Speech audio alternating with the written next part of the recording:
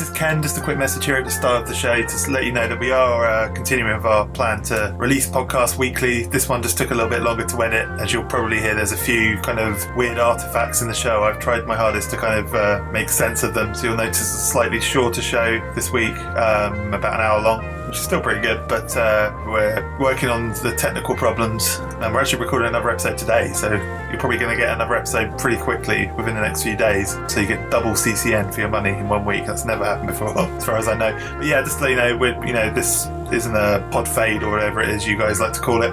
It's just some technical issues that are now hopefully sorted. And enjoy the show.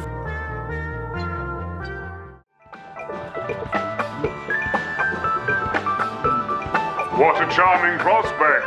The offer of oral copulation in exchange for pizza. If only the Battle of Trafalgar was won in such a fashion. Somebody get me a cock sweet. Frankenstein, you're fired. Dissecting the curses theory. Distilling this gut, you don't have to do much in the way of dissecting. Just kind of wade through this thing.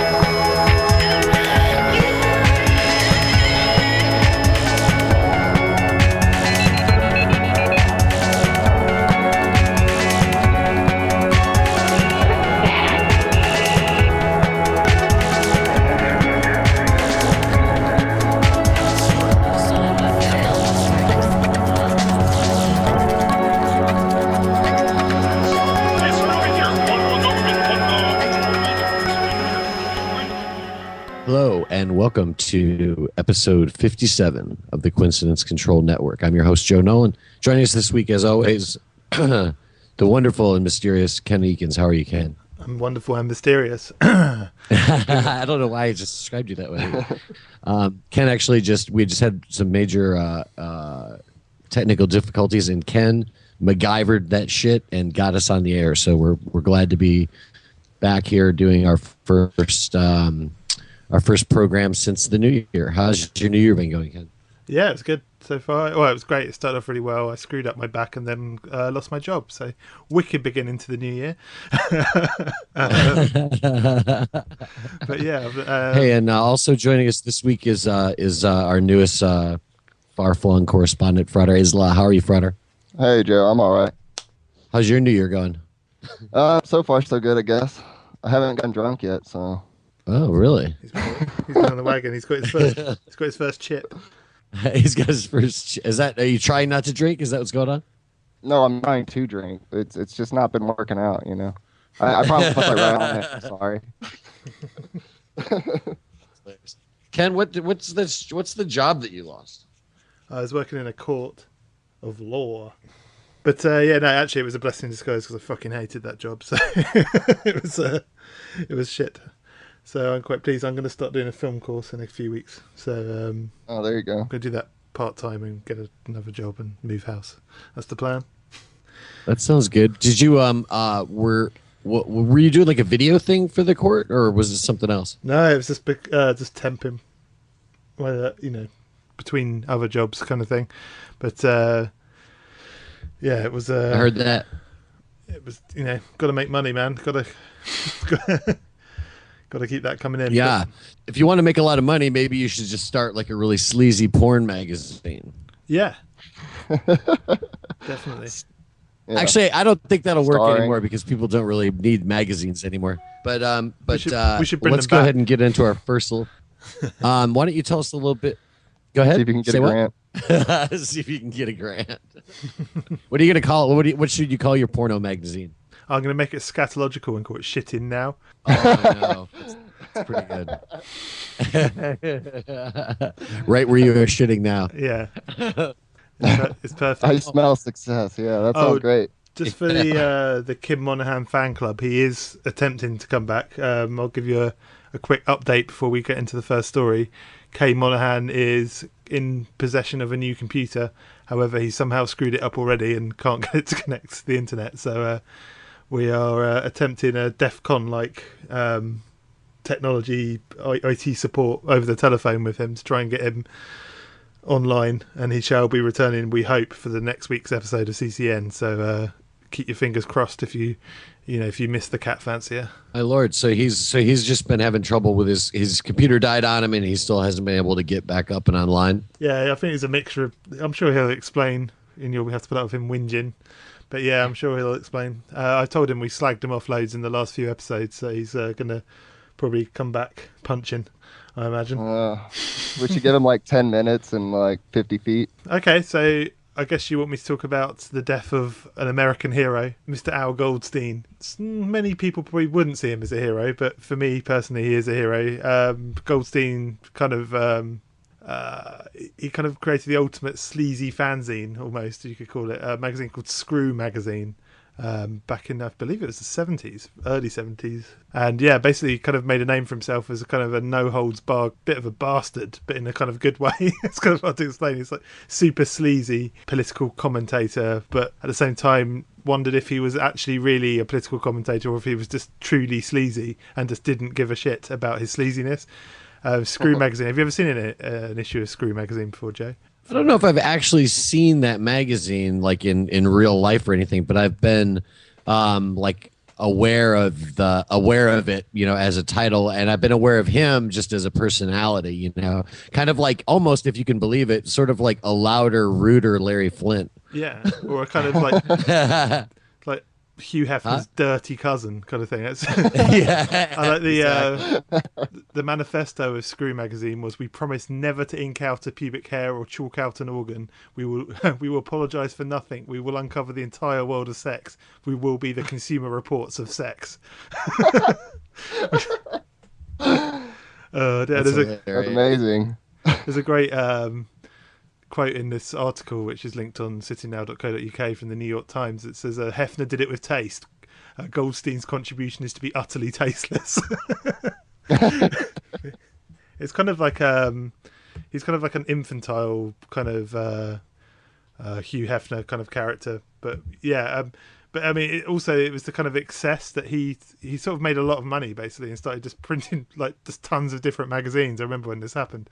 I'm just trying to find the part in the article where they basically talk about the names of all these things. Like they've always got really bizarre names, like Cigar, stuff like that. Just like these bizarre magazines that just kind of, I don't know. It's kind of hard to describe, like written in the same style as Screw. But if you can check out, you should try and find copies of Screw because it is a fantastic magazine. It's just like an utterly tasteless, sleazy magazine, but done with absolutely no apology. But kind of done in a cool way. It's kind of hard to explain. Really cool artwork as well. On the sleazy kind of weird. It almost reminds me of who's that guy? The cat? Is it Fritz the cat? Or whatever it was. Yeah, I forgot his name now. Ralph Bakshi. No. I'm not thinking of him. He did the cartoon. Are you talking about? Are you talking about just the comic? You're talking about hold on a second. R. Crumb. Yeah, Crumb. Yeah, it's kind there of, you go. Yeah, the artwork in that. Is that who that was then? Yeah, the artwork and Robert Crumb stuff. It kind of looks a bit like the stuff you get on Screw. But yeah, eventually he like ended up buying a massive mansion, and the picture of today's episode, or if you look it up on any of our sites, is Mr. Goldstein smoking a cigar in his mansion by the pool. Yeah, I don't know. I mean, he also I found I found some of them on YouTube after I saw your link, but you can also watch. He had a show called, I think it's called Midnight Blue, that was on looks like it must be on cable access or something in New York, because it's really pretty. He'll like have all this like really like incendiary like political commentary and stuff, but then he'll also like cut in like scenes from porn movies and stuff, but they're sort of censored, but they're still pretty outrageous. Like you can see what's going on, and then he's just doing all this crazy talking.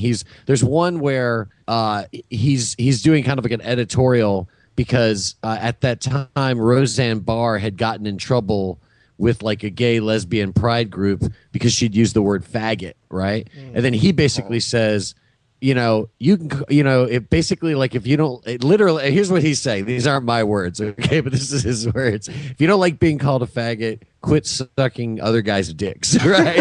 And he basically, and then at the same time, he's like showing like this gay porn in the background. It's censored, but just enough so that you can't see any penises, but you can obviously see there's a bunch of dudes and what's going on, So it's really, really outrageous stuff and funny, but definitely there to push buttons, and the kind of guy who's just going to push everybody's buttons. If there's a button there, he's just going to fucking push it just because he wants to. Yeah, I've just found the list. Some of the titles of his other magazines included Death, Smut, Cigar, and Mobster Times. He also, Cigar, that's the one that I like the best. Cigar. He bought a mansion in Pompano Beach, where he made an abortive run for county sheriff in 1992. He's like a real kind of. He reminds me a bit of like a really sleazy kind of nasty version of Hunter S. Thompson. Yeah, that's what I was just about to say too. Oh yeah. But yeah, he died recently, so tip of the hat to him. I mean, he pushed many buttons, but you need more people like this guy, I think, in the world. Just because they make the world more interesting. Yeah, for sure. I mean, he's definitely funny. I mean, there's no doubt about it. But I mean, he's also, like you say, he's one of those characters who, like, you sort of like this watching the some of the stuff that I found on YouTube. And again, I think it's called Midnight Blue is the name of the show. I mean, I'm just going to double check that. I don't know if that's the name of it or not. Oh yeah, I think it is. You watch some of this stuff and it's like, it's hilarious and like crazy. But then after about 5 minutes, you're like, I just feel so disgusting. Like this guy just makes you feel like you need to go take a shower, but he's still funny. You know what I mean? You still, and I respect him. I respect anybody like him or Larry Flynn or any of those guys. Because even if you don't appreciate what they're doing and it's not like your scene or whatever, they still like they're important in order to, it's somebody's got to be like out way there on the fucking edge, risking and daring people to be completely offended by what they're expressing, because obviously at the end of the day, it's just a great exercise in freedom. But let's keep moving on. This is kind of a sexual episode. We have a lot of sex going on in the episode. That's how we're rolling into 2014. That's right. We're gonna roll right in, just like a big ball of sex. So, Frater, why don't you tell us about how sex affects our intelligence and how intelligence affects our sex? All right. Well, this story. Well, I mean, it kind of sucks that Goldstein's dead, because this would have been really good news for him. It looks like sex actually makes you smarter. In April, there was a team from the University of Maryland that reported that middle-aged rats permitted to engage in sex showed signs of improved cognitive function. Then in November, a group in South Korea concluded that sexual activity counteracts the memory-robbing effects of chronic stress environment. And apparently, chronic stress suppresses the production of neurons. So if you relieve that stress, then memory function increases. Interesting. Which I guess is why I'm so smart, The jury's still out when it comes to watching porn and masturbating, apparently, though. The article mentions recent work of some neuroscientists from the University of Texas who say that excessive consumption of porn can result in permanent, anatomical and pathological changes to the brain. And immediately, though, some researchers at the University of California jumped up and down and said that the guys from Texas are misleading people with bad interpretations of the data. So, who knows? It's up for grabs, really, I guess.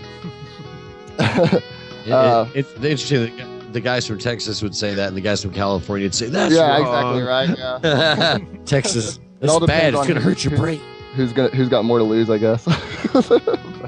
There's more porn industry out in California. They got to keep the economy going out there. Probably more masturbators too, it looks like. They're real masturbators are real sticklers for scientific data. Oh, we are. They are. Yeah. But you think it would bridge the gap? Just scientists anywhere really are probably. I mean, am I right? Texas or California? Who cares? They're beating off all day long. I mean, very They're supposed to, not very socially adept, evidently, according to the cliches.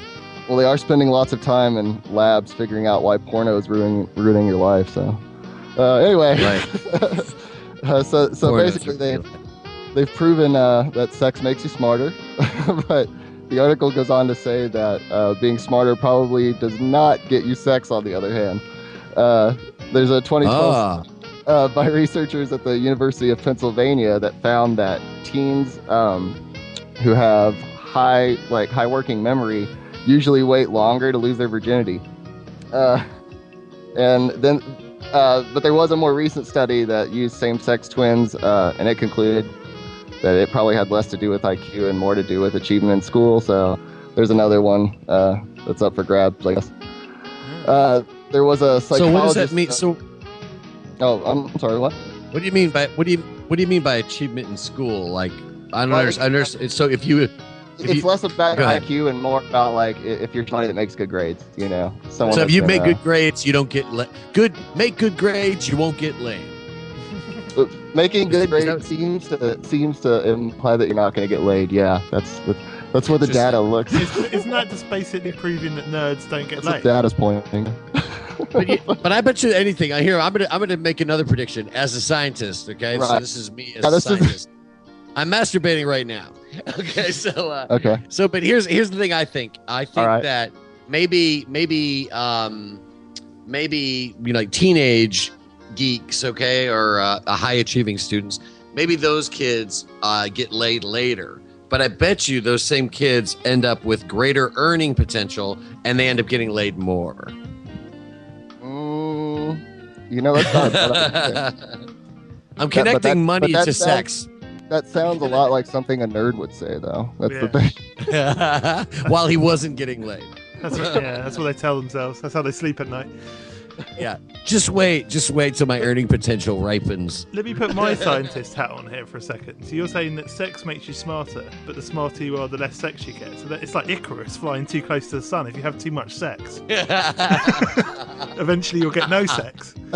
Icarus with his big wax penis. Yeah, exactly. It's basically proof that God exists, you know. Yeah. Oh dear. And he's a terrible God, but there's a psychologist at Rutgers named Tracy Shores, and she's saying that you shouldn't put all your eggs in one basket because the sex may figuratively and literally right. Look that up on Urban Dictionary. The sex may give you more neuron production, but you still have to exercise those neurons to make them work. So she's saying it doesn't really matter. Unless you read a book, basically, have sex and read a book afterward is what she's saying. This is a steamy episode of CCM so far. Well, I'm gonna steam it up a little bit more, and I'm gonna go ahead and I didn't even realize how smoothly, just so smoothly intersected all of these incredibly erotic links are. It's like a gangbang, frankly. It's a little link gangbang. It is. So. I can't wait to hear the music for this segment, by the way. Here's perhaps what it looks like in the future when the power of the human brain is unleashed finally and perfectly on pleasuring the libido, right? So but believe me, it's going to take a long time because how far they've gotten right now is like fucking terrible. Okay, so we've put a link up. It says the future lends a hand, and basically it's about a new machine that was made in Japan that basically consists. It's a hand job machine, and it basically consists of like a computer screen and then this mechanical robot arm that has sort of like some kind of artificial vagina in its hand. Like it's like a tube of some kind, right? And so you look at the screen, and when you see this little video, they're showing some kind of like anime, cartoon. Of course, it's fucking Japan. We're gonna like look at weird cartoons when we're getting all down with our masturbation robot. Okay, so you're looking at these cartoons, and then the camera cuts back to show you one of the most horrifying things I've ever seen in my life. So it's like this fucking arm that looks like it could like tear a car door off, right? And it's like sitting here, it's just pumping mechanically up and down and like shaking back and forth every time. Yeah, it's just probably just crush your testicles and then punch you right in the face, and then that'd be the end of it. But they claim that it's like, it's essentially a very early version of like the kind of pleasure bots that you see in that AI movie. But this is just a fucking arm that would just crush your balls. Welcome to Sounds like Japan. all my wet dreams. It looks like a cross between like a lampshade and something you'd find in the kitchen. It's kind of weird. And then It's got a real appliance. It looks like an appliance, right? It's Yeah. got this real appliance sensibility to the design. There is nothing fucking sexy about it at all. It doesn't even look like as if it would be sexy just to have a disembodied girl's arm give you a hand job. That's horrific, Whoa. first of all. But this thing doesn't even look like an arm. You know what I mean? It doesn't have any kind of qualities that are at all human. There's no uncanny valley problem. That's one of the things they can definitely They need to hold get- up and say, you'll never believe this is another human. they need to get Johnny Ives on that shit, make it look good. You know what I mean? It's Yeah. it's not good. Like that. Yeah. Like it needs they have to. What if it had like a Johnny Five kind of personality from like that? What's the name of that movie about the robot? Right? Short circuit. What's that called? Short Yeah, Circuit. Short Yeah. Circuit. What if he was like, "Hey, how are you? I'm Johnny Five, and No, that I'm gonna give you a hand job." Well, let me give you a whole hand job there. No, I think that would. 95 won't steer you wrong. How come Johnny Five suddenly turned into like a kind of old timey car salesman from like Chicago? or something? Johnny Five won't steer you around. Oh my god, that is funny. Holy shit. Should we even have a female Boy. voice? Okay, well, I'm having a good time. I hope these listeners are enjoying themselves. What'd you say? Should Not we too have a much, though. female? Surely it would sound like a female rather than a male used car salesman. Oh my god. I got the whiskey, baby. I got the whiskey. I got the cigarette. Automatic taxi stop, electric cigarette. Love, baby. Hotel, rock and roll, the discotheque. The electric super sex. Automatic taxi stop, electric cigarette. Love, baby. Hotel, rock and roll, the discotheque. The electric super sex. I got the whiskey, baby. I got the whiskey. I got the cigarette. You are a super ultra maxi mega super funky love, baby.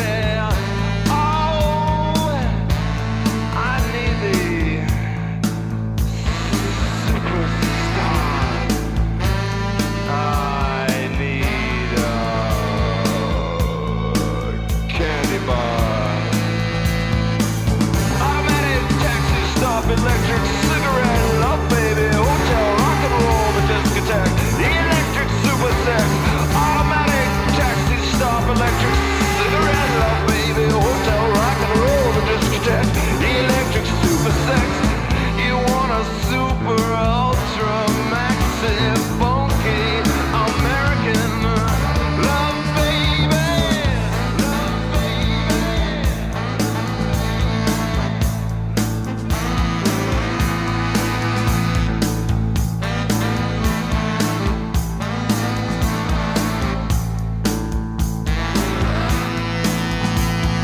Hey there, mama, hey there, pa. Got sexy goo-goo baby talk. Got California baby dolls. Alright, yes, hello, my name is Mark. Not super rich, no superstar. Did you know the president is super, super, super sexy? Automatic taxi stop, electric cigarette, love, baby. Hotel, rock and roll, the discotheque, the electric super sex. Did you know the president has super, super, super sex? Ken, we said we were going to talk about this right before we got on. We said we should just go ahead and wait and talk about it on the air. But what did you do over the holidays? It's quite boring, really. I visited friends of my girlfriend, drank some beer, saw some friends. There you go. Usual kind of stuff. I'm getting too old for these parties. Yeah.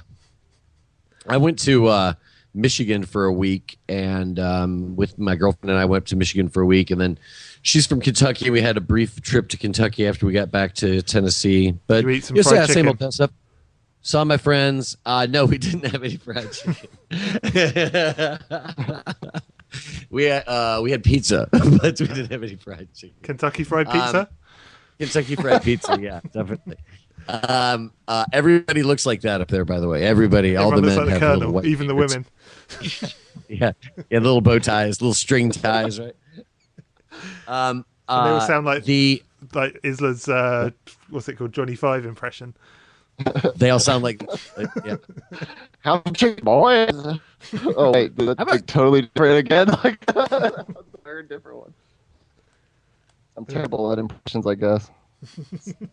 Rough thing to find out, especially this way. Just gotta, yeah. Public Next shame. week, work on it. You have to work on your Johnny Five impression for next week. That's all I'll do this week. What about you? What did you do over the holidays? Man, I literally didn't do Frater? shit. I'm right here. Can you hear me? What part of the country are you in? Oh, I'm in New Mexico, Schnoosh, Mexico. Oh, right on. That's beautiful down there. Oh yeah, man, it's amazing. But yeah, I didn't do shit. I just got sick with the flu and didn't drink. That's about it. Did any of you get hit that's why you Go on. go ahead. I was going to say, did any of you get hit by the polar vortex? I just wanted to say that. No. Oh, no. I want to know someone that was hit by the I polar did. vortex. We got hit by the sort of the southern end of the polar vortex, and in Nashville, generally speaking, like right now in Nashville, it's like 50 plus degrees, right? And that's a little warm for this time of year. But if it was between say 35 and 45, I would feel like that was probably pretty normal. The 40s essentially is what it would normally be in January. And the other day when the polar vortex came down, it was 4 degrees, which wasn't really that weird because we had just been in Michigan where one evening when we were there, it was down to 9 degrees. But I grew up in Michigan, and that's how it is in Michigan. It's fucking cold as hell in the winter, but it's not like that in the South. It's very rare that I get like single digit temperatures down here. But that was like the middle of the day with the sun out. It was like 4 degrees and windy and fucked up, man. Yeah, it was really intense. But it came and went like 2 days of. And even the second day, it was like 19, and it felt like a fucking heat wave, man. But it was like 19, and you were just like, "Oh man, it's so much nicer today." It's been 5 degrees here all day, so I mean, that's pretty standard weather for England at this time of year. How much? 5? 5, but then it'll drop. It always drops down. Everyone always thinks winter's in December here, but it's actually in February. It always gets really cold here in February, so it'll probably go below 0. Really? Are you talking Fahrenheit? No, degrees centigrade. Okay, see, so we're not talking exactly the same. Oh, yeah, you're basically saying that it'll go below freezing by February. Is that what you're saying? Yeah, it normally does. Yeah. Right, and see down around. So your weather's kind of like between what I'm experiencing and like what they'll probably what they have in Michigan, I would say. And so I think you're probably a little colder than we are here. But with I also feel like we have a very wet winter though. We have a lot of rain and stuff. We'll have snow sometimes, but we have a lot more rain than snow. Is that the same with you guys? Yeah. I mean, yeah, we have notoriously bad weather in this country. Mm-hmm. Yeah. Yeah. What was your favorite? Present that the Krampus brought you this year, Ken? Oh, I'll tell you a funny story. The family we stay with, they do stockings for everyone, Christmas stockings. And what normally happens is everyone goes down to the living room and opens their stockings. So the family that buy the presents, they just get me to give them an Amazon wish list. And I'd left loads of I'd forgotten to take off loads of stuff out of my wish list. Because normally I have to sort of sanitize it first before it's sort of acceptable for the family to buy me stuff. I do the same thing. Yeah. They clearly hadn't looked properly when they were buying me stuff because everyone was opening their presents. They had things like socks and chocolates and things like that, and I had gratuitous 70s Italian giallo films on Blu-ray. So all the kids, I was like desperately trying to hide all my presents behind my back because there's images of like big-breasted women being sliced at the neck and things like that, and it was pretty. It was quite hair-raising. I was desperately trying to sort of like both thank them for the presents and sort of usher them out of the room at the same time. It's good. Oh wow! So that was quite a funny way to begin the Christmas. And then obviously I watched Doctor Who, which was appalling as ever. The new series. You're not a fan of the new Doctor? I don't mind the actor. I just don't think the new series is any good. I haven't really liked much of it, to be honest with you. But obviously, anyone that knows me, I guess, from Facebook or anything, knows that I have a Doctor Who addiction. But yes, and then I watched Sherlock on New Year's Day and burst into tears almost because it was so fucking awful. Okay, don't tell me anything else about Sherlock because I'm waiting. That doesn't start here for another 5 days. Oh, okay. I thought we've already had them all. But let's compare notes on it. Like, you know, the next time we do this, like that'd be a good thing to get caught up on a little bit because I think it's, you know, we talked about this. I think we talked about this a little bit the last time we were on, and I defended it, and you laughed at me. And I didn't laugh at you. I mean, I understood where you were coming from, and I have gone back since then and rewatched the last episode, getting ready to watch this new, this last installment, you know, of 3 episodes or whatever.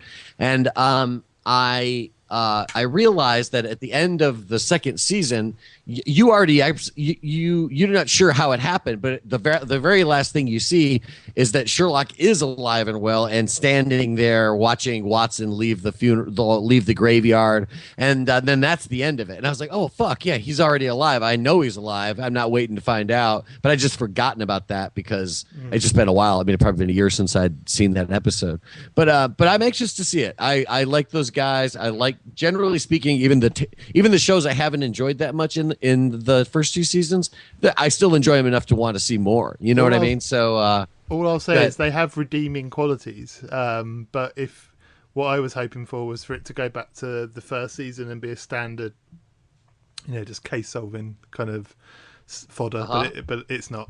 So yeah, well, I won't tell you anymore because I don't want to ruin it. But yeah, they've all aired here now, all 3 of them, and yeah, there's a couple of good bits. Oh, so you've seen all 3? Yeah. Oh, okay. There's a few good bits. Do you think there's any chance? Do you think there's any chance that they'll continue it? I mean, I know they're not supposed to. But... Yeah, it's going to continue. Yeah, they've already all said it's happening. It's been commissioned for a 4th season. So, wow. Oh, awesome. Well, let me ask you this. Well, here's something I think we can totally agree on. That the BBC series is way fucking better than the movie reboots have been. Yeah, well, yeah. What you mean, the Robert Downey Jr.? Yeah, exactly. Yeah, I mean, they're not Sherlock Holmes films as far as I'm concerned. They're Lock, Stock and Two Smoking Pipes. They're not, they're not, what do you call it? They're not hilarious. They're not Sherlock Holmes stories. As far as I'm concerned, they're just Guy Ritchie films that happen to be in the Victorian times. Yeah, I didn't even know there was 2 of them. Huh? So I didn't even know there was 2 of them. When did that happen? Yeah. The first one has some quite cool, like little occult bits in it, like Masonic-y kind of bits, which I quite enjoyed. But the second one was just appalling from beginning to end, pretty much. They have, like you say, there are things about it. I mean, they look really good. They, like you say, there's cool occult things going on, which is that's always fun. I mean, I like movies that have that aspect to it, and they also do some neat things with the way they shoot the fight scenes in those movies. And so it's like, if we're gonna have a bunch of fight scenes, and you know, Sherlock Holmes is going to be like some kind of kung fu expert, which makes no fucking sense at all. Oh, is that that's what's going on? Yeah, that's what's really going on. Yeah, he's like a kung fu expert. And so so there'll be there's this really unique way they do the fight scenes. So it's like, if we're going to have a bunch of fight scenes in a Sherlock Holmes movie, well then at least make them look rad and make them an interesting approach. And they are kind of an interesting approach. So maybe they're worth seeing just to know what the fuck we're talking about. But other than that, the series is way better. The funniest thing I ever saw regarding Sherlock Holmes was there's a really good one-off TV movie in England here with Steve Coogan called Cruise of the Gods. And the story's all about there's a guy in it who they're both Steve Coogan's character and Rob Brydon's character, the 2 main actors in it, are both kind of 20 years on from making this kind of cult TV show called, I can't remember what it's called now, Children of Castor, I think it's called. It's like a real cheesy 70s kind of cult TV kind of show. And they, one of them ends up going on one of those kind of fan cruises, where stars go on a cruise with fans. It happens all the time, Star Trek and Doctor Who, they all do it. And in it, one of them, Rob Brydon's obviously, he's not done well, but the Steve Coogan's character has, and he's now starring as in this really cheesy looking American TV show called what's it called? Sherlock Holmes in Miami, I think it's called. Oh my God. Hey, let me stop you really quick. Isn't Coogan, I know, was one, but isn't the other guy, are those the two guys who are in the trip together? Yeah. Oh, okay, perfect. Yeah, I'd love to see that. That sounds great. Yeah, it's kind of quite an obscure one, actually. It's weird. I don't think it had the same kind of impact as the trip. It might have. It's the director's the guy that directed the recent Alan Partridge film, I think. But yeah, it is really good. But yeah, the Sherlock Holmes in Miami stuff is hilarious. It's really kind of I don't know what you call it really. It sounds just. It's kind of it's like a sort of Columbo-y kind of show. The way they've shot it, awesome. It looks just like one of those kind of like 90s. I love it. Yeah, yeah. It's really Columbo is awesome. It's definitely worth checking out. Okay, well, let's go ahead and move on then, and talk about. So we're kind of talking about movies a lot today, and this isn't really necessarily a movie talk, but there are connections to film in your link. Cronenberg would be proud. Ken, what would Cronenberg be proud of? Quite a lot of stuff. Sorry, I'm just going to put in a note so that I know to edit this point, because I think it needs to be edited quite heavily. Hang on a minute. 1 second. No, just because there were loads of gaps and it sort of didn't make any sense. So yeah, I've got a marker now, so I know when to go in and edit. Okay, where were we? Let me just get my link. Cronenberg would be proud. Oh yeah. Okay, right. Yeah, so The Road, the film, that's the link I'm assuming you were talking about earlier. Yeah. Also, obviously, quite a well-regarded book. But yeah, so Cormac McCarthy, he's the guy that wrote The Road, the original book at least, and I believe he had some... was he dead by the time the film was made? I can't remember. I don't think... No, I want to say he might have been... I'm not sure. Was he involved in it? I want to say he was involved in the screenplay, but I may not be right about that. But anyway, this is all, besides I'm going to look it up. Yeah. So anyway, his ex-wife, obviously since his death, I believe he and his ex-wife were split up in 2006, I believe, and she's since found herself a new man. And apparently... she has quite a tumultuous relationship with this new boyfriend, and they spend a lot of time talking about aliens, it seems. Anyway, so it says here, the ex-wife of celebrated author Cormac McCarthy was arrested for threatening her boyfriend with a gun she pulled out of her vagina after an argument about extraterrestrial life. Now that link, just seeing that little stub, got me very interested. But this link actually came from one of our listeners, Joe Squires. And so thanks to her for that, because this is a brilliant story. Anyway, according to the police, Miss McCarthy's, Cormac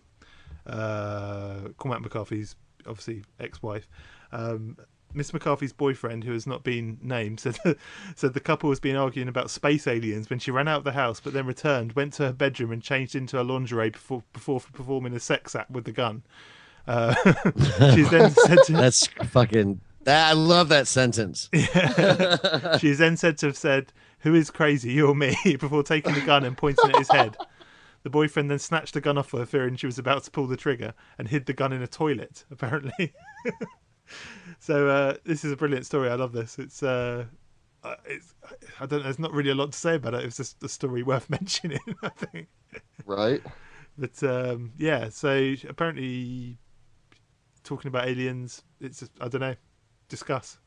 The Cronenberg link, by the way, obviously is, that I could, that if Cronenberg was allowed to shoot more explicit films, I could really imagine a woman producing a gun, but it would be made of like bone or something from her vagina. Totally. Exactly. No, that's the only, just tweak it just a little bit and it's a Cronenberg movie. Yeah.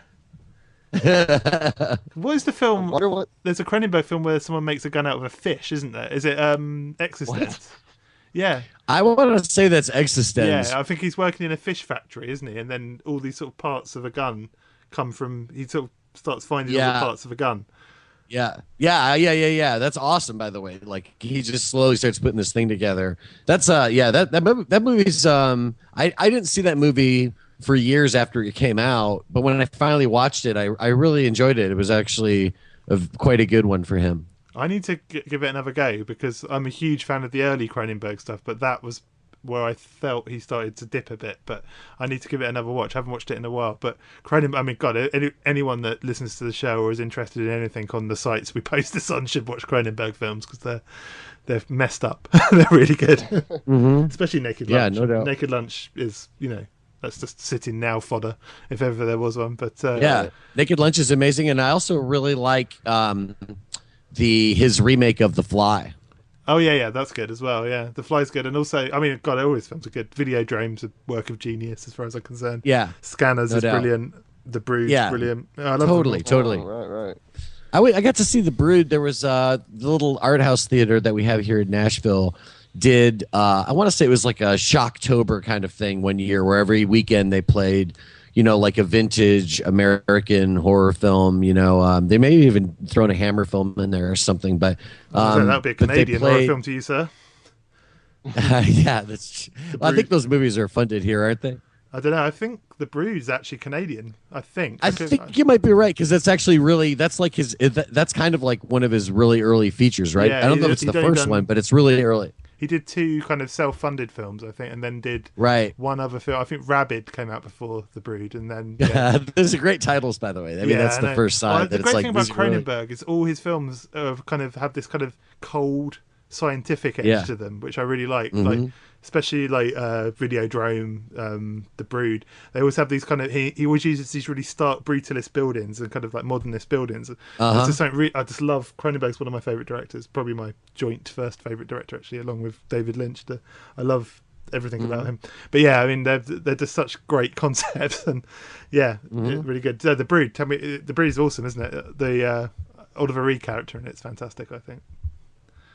We ended up going to like I said, this like a few years ago, and went to the theater and saw it, which makes me think that it's probably was recently re-released and remastered and all that stuff. There's probably a really good version of it out there in DVD and Blu-ray right now.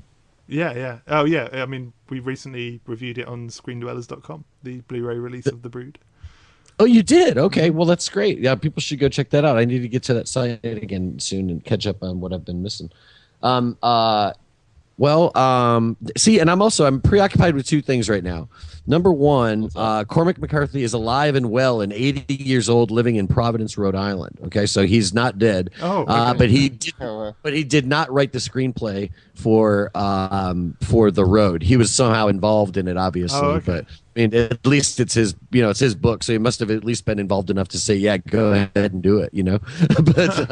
But other than that, I'm not really sure. And then the other thing I wanted to point out is that Cronenberg is another great example of that place where you've got like crazy amount of intellect coming together with like total sexual expression. You see, there's themes within themes this week. I know it's a complex web we weave. What did you say, Frater? I said they all have to do with sex. It's not that complex of a web, I guess. No, but it's the mind, but also the mind and sexuality. You see? Yeah, indeed. It's all about nerds and pussy. That's the new name of the show. I'm sorry, I was picturing sex in my head. What were you saying? I was saying I want you to take the next link and tell us about the big news that I think just came out today. Is that right? Yeah, sure did. Yeah, good. So this is hot off the presses. This is why you've been on the show for 3 shows. This kind of cutting edge reporting. Go ahead and tell us about the DEA and their dirty deal with Mexican drug dealers. The sexy love affair with the cartels. Well, there was these U.S. District Court documents that got published that included some testimonies from a DEA agent and a Justice Department official. They were concerning the arrest of Jesus Vicente Zambada Niebla. Hope I'm saying that right. Probably not even close. But he was the son of a logistics coordinator of one of the Mexican cartels. They're, let's see, the Sinaloa, I believe is how you say it. Yeah, that sounds right. Right. But the documents reveal that between the years 2000 and 2012, the U.S. government had an arrangement going on with the cartel where basically they'd look the other way on their drug smuggling operation as long as the cartel was snitching on their rivals. What's really crazy is that this particular cartel is said to have control over 80% of Chicago's drug trade, which has a supposed street value of $3 billion, according to the DEA. Wow. And this was all going on, of course, in the midst of the drug war. And, you know, the U.S. is just turning a blind eye toward at least $3 billion worth of drugs coming right on in, you know. So I guess it's really not all that surprising, you know. But it does get a little more interesting because you guys remember, I'm sure, the Operation Fast and Furious bungle that went on where the ATF got caught selling guns to the cartels. And what was it? They said basically when they used the guns, they could trace it back and bust them. It was just, you know, it was a big tits up. And all of us, you know, thought it was some, you know, stupid people coming up with stupid ideas. But apparently, according to these documents, they're saying that Fast and Furious was really just part of this agreement. And they were going to be providing funds and weapons in return for information. And, you know, they basically just got caught. So it's some pretty wacky shit. I haven't done it yet, but I really can't wait to see what Alex Jones and that crowd is saying about it. I'll have to check that out and get back to you. But do you think that's something real interesting? Because, you know, the Fast and Furious thing, it seemed so strange at the time, and everyone was, you know, we were basically like, oh my God, how could, you know, you come across some such bad thinking, such incompetence, you know? So now it's apparently incompetence. It's interesting to me because the governor in Vermont recently, like he was on public radio the other day, the governor of Vermont has come out and was supposed to be doing his state of the state address, right? He's going to talk to the people from Vermont and just say, this is what's going on with Vermont. You know, we need this, we're doing that, blah, blah, blah. Here we go, 2014, let's go get them, Vermont. Right. But instead, he ignores everything. He ignores the economy. He ignores taxes. He ignores, education bills, all the things that a governor might normally talk about during a State of the State address. And instead, the only thing he talks about is the addiction to opium in the state of Vermont. What? And how... Yeah, it's crazy, and how he feels like it's not. And when I say opium, I mean opioids, right? So basically, he feels that they've got this like plague of addicts in Vermont right now because of, you know, the legalization of opiate-based painkillers like oxycodone and OxyContin and all these kinds of things. Basically, that people get prescribed these things for pain of one kind or another. They are then told by their doctor, no, that's it. The 3 weeks are up or whatever, and I can't write you anymore. Knowing full well that these people may be well on their way to addiction at this point, like physical addiction, right? So then these people go out there and on the black market or whatever, it's going to cost them some outrageous amount of money to buy these things without a prescription. But you know what? A bag of heroin only costs $4. So the next thing you know, these people start smoking heroin, then they start shooting heroin. Now he's got a whole thing full of junkies, right? A whole state full of junkies. And one of the reasons this is so important, two reasons it's important. Number one, it sort of dovetails with marijuana, and it's a whole other like marijuana is kind of having that dialogue with the country right now and saying, this is what happens when weed is legal. You know, this is the money that's made. This is the money that's saved. This is the result. You know, nothing essentially so far, other than a bunch of people counting shitloads of money. You know, people haven't, you know, quit their jobs en masse or eaten all the pizza.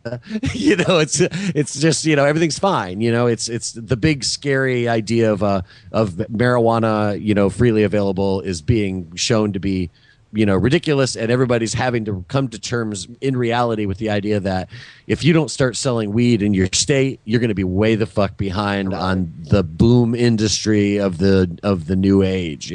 So with that in mind, this is another example of that, where it's challenging the idea that drugs should be illegalized and saying, these problems need to be treated like medical problems. These aren't, you don't put people in jail because they've got a medical condition. You put them, you take care of them, whatever. I don't know what the answer is exactly, but you don't put them in fucking jail and make them into prisoners over, harmless drug use, So he's kind of having a dialogue too about ending the war on drugs because it's not working.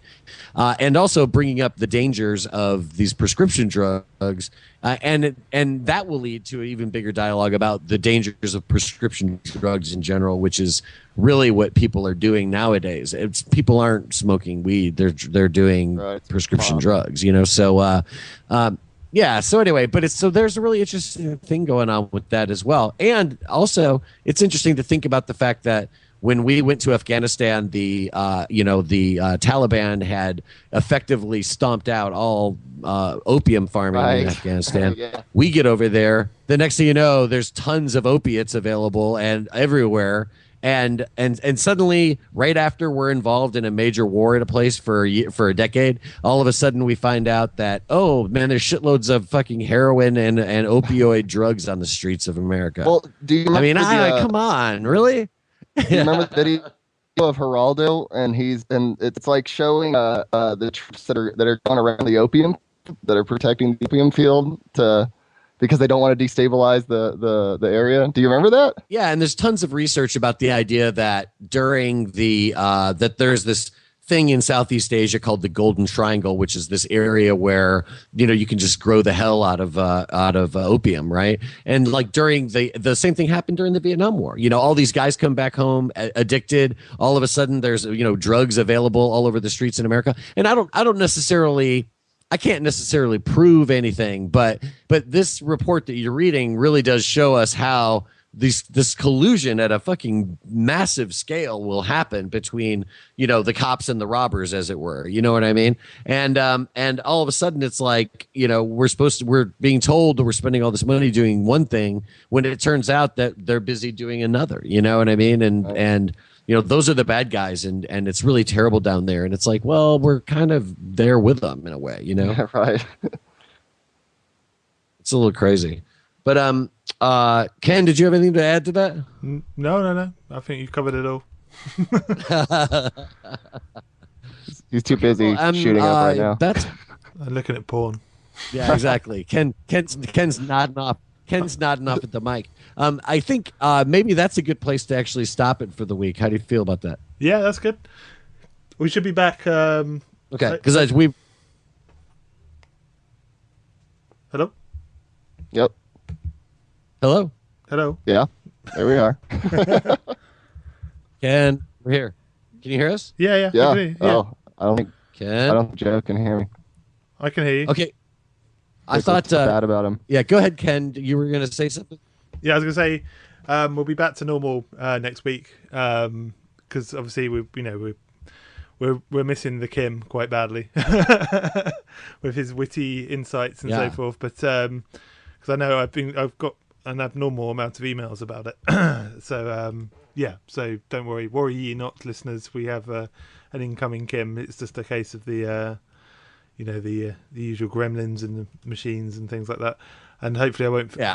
I've had a migraine I decided not to tell you at the beginning of the show, but I've had a migraine for the entire of the show. So if I've been a bit quiet, I apologise about that. So see, listeners, even nothing will stop us. Nothing will stop us from bringing the show to you as often as possible. We will return to our weekly schedule. I'm determined to do it, even with a migraine. Even with. Why don't you go ahead and give us a couple places where people can find you and your wonderful work, Ken? As ever, sittingnow.co.uk, screendwellers.com, on Twitter at sittingnow and at screendwellers. That's it, really. Leave me alone on Facebook. Seriously, people still trying to add me. It's like, I like your show. Really? Like, if you like the show, you would have heard me saying, don't add me on Facebook. We'll call. That's Don't call me. hilarious. Don't call us. We'll call you. That's my my motto of Facebook. Yeah. Well, you can. If people want to find me on Facebook, I don't care. So just go to facebook.com. He's all Joe about the Nolan, numbers. Nashville. I'm all about And, the personal connection. He's all about. I'm the all numbers. about the numbers. Yeah. It's just raw. It's a numbers game for me over here. That's right. And then I'm on Twitter at Mighty Joe Nolan, and find my blog at joenolan.com/blog. What about you, Frater? Just go find me on Twitter. It's at Frater_Isla. That's probably the easiest place. Right on. Okay, well, it was a fun one, guys. So stay tuned. We're going to hopefully be back in 1 week from today.